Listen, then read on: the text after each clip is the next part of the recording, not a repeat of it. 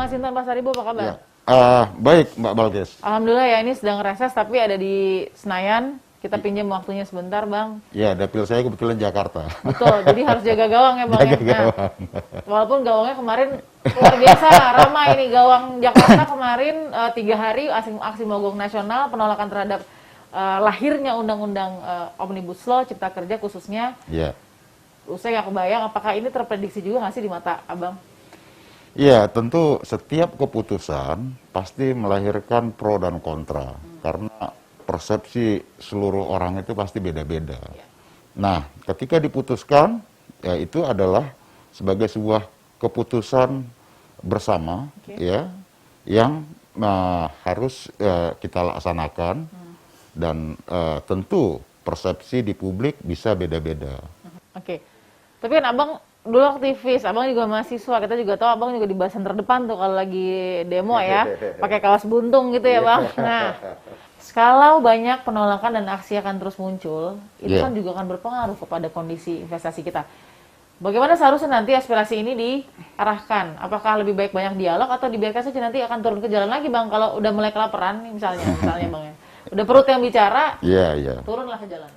Ini sebenarnya karena masa COVID ya, masa pembahasan tadinya kan belum ada COVID, kemudian ada COVID, sehingga sosialisasi itu agak tersendat.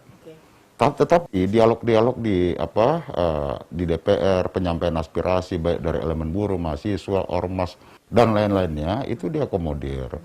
Kemudian ruang dinamika pembahasan, kalau nanti bisa dibuka dokumennya di TV Parlemen, rapat-rapat panitia kerja di Badan Legislasi DPR RI, itu perdebatannya sangat tajam. Namun memang sosialisasi yang dilakukan oleh pemerintah dan DPR itu masih minim. Sehingga dalam era teknologi dan informasi yang sangat cepat sekarang ini, kecepatan informasi yang distorsi tadi itu jauh lebih cepat sampai kepada publik. Nah ini dari beberapa pembahasan rancangan undang-undang seperti rancangan undang-undang KUHP juga terjadi seperti itu.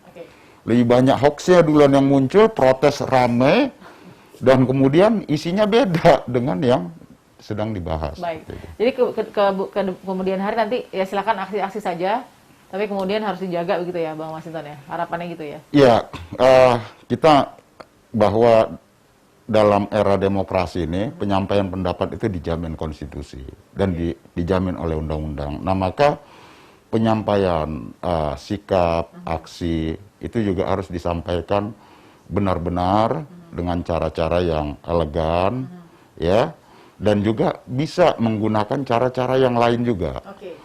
Jadi kemudian hari nanti ya silakan aksi-aksi saja, tapi kemudian harus dijaga begitu ya, Bang Masinton ya? Harapannya gitu. Nah, kita harus hindari cara-cara vandalisme, cara-cara yang merusak, apalagi merusak fasilitas umum, fasilitas publik seperti halte dan lain-lain, karena itu dibiayai melalui uang rakyat, digunakan untuk kepentingan rakyat, tidak boleh dirusak. Nah, saya melihat dalam aksi-aksi kemarin itu bukan mahasiswa dan buruh itu yang melakukan, tapi ada elemen lain ya yang masuk dalam klaster sengaja untuk merusuh tadi. Seperti itu.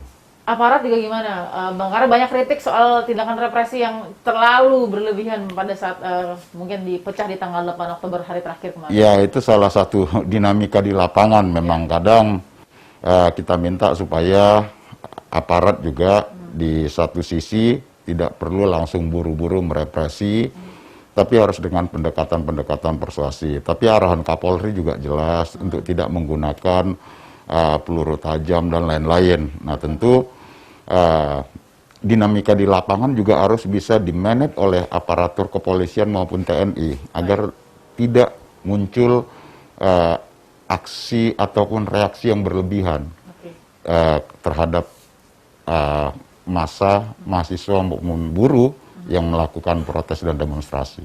Baik, Bang Masinton, terima kasih sudah memberikan tanggapannya. Kita lihat nanti bagaimana janjinya anggota Dewan untuk mengawal terus ya, sampai ke teknik pelaksanaan dari Omnibus Law Cipta Kerja, entah itu nanti ada yang melakukan jalur konstitusi atau mungkin teknik pelaksanaan di tahapan PP, Permen, Iya, dan iya. sebagainya. Kita harus kawal sama-sama. Baik, terima kasih Bang. Kita temukan fakta berikutnya. Undang-Undang Omnibus Law Cipta Kerja telah lahir dan disahkan oleh anggota Dewan yang terhormat, didahului dengan usulan dari pemerintah Republik Indonesia.